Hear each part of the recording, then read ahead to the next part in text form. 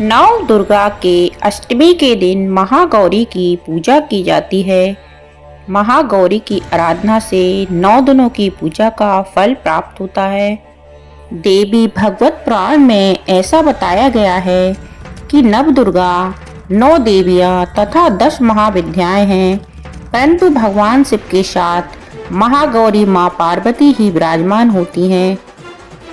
अष्टमी की रात्रि को महागौरी की पूजा से सर्व सिद्धि फलदायी मानी गई है। शिव पुराण के अनुसार महागौरी की उम्र 8 साल बताई गई है तथा वह 8 साल की उम्र से ही भगवान शिव की आराधना में लीन रहने लगी थी तथा कन्या पूजन में कन्या की उम्र 2 से 8 साल तक बताई गई है।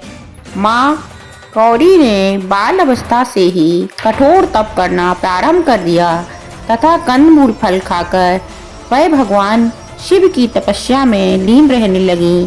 कुछ समय पश्चात उन्होंने केवल वायु के सहारे तप किया। तब महान तप के कारण उनका नाम महागौरी पड़ा।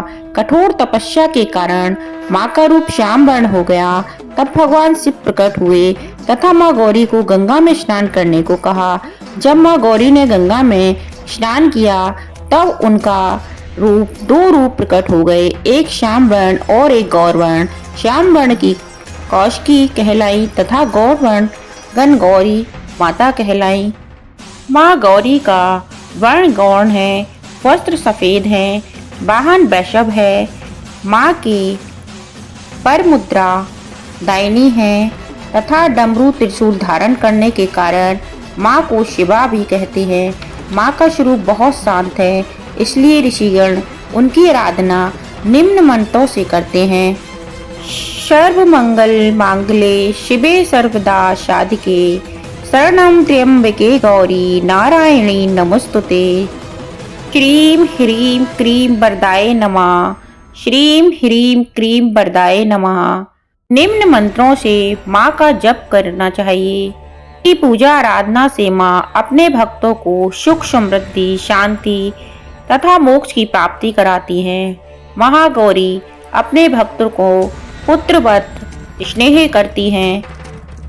महागौरी साक्षात आदि शक्ति का रूप है। अष्टमी के दिन हमें बड़े ही प्रेम से माँ गौरी की पूजा आराधना करनी चाहिए। बोलो माँ गौरी की जय हो, जय हो, जय हो।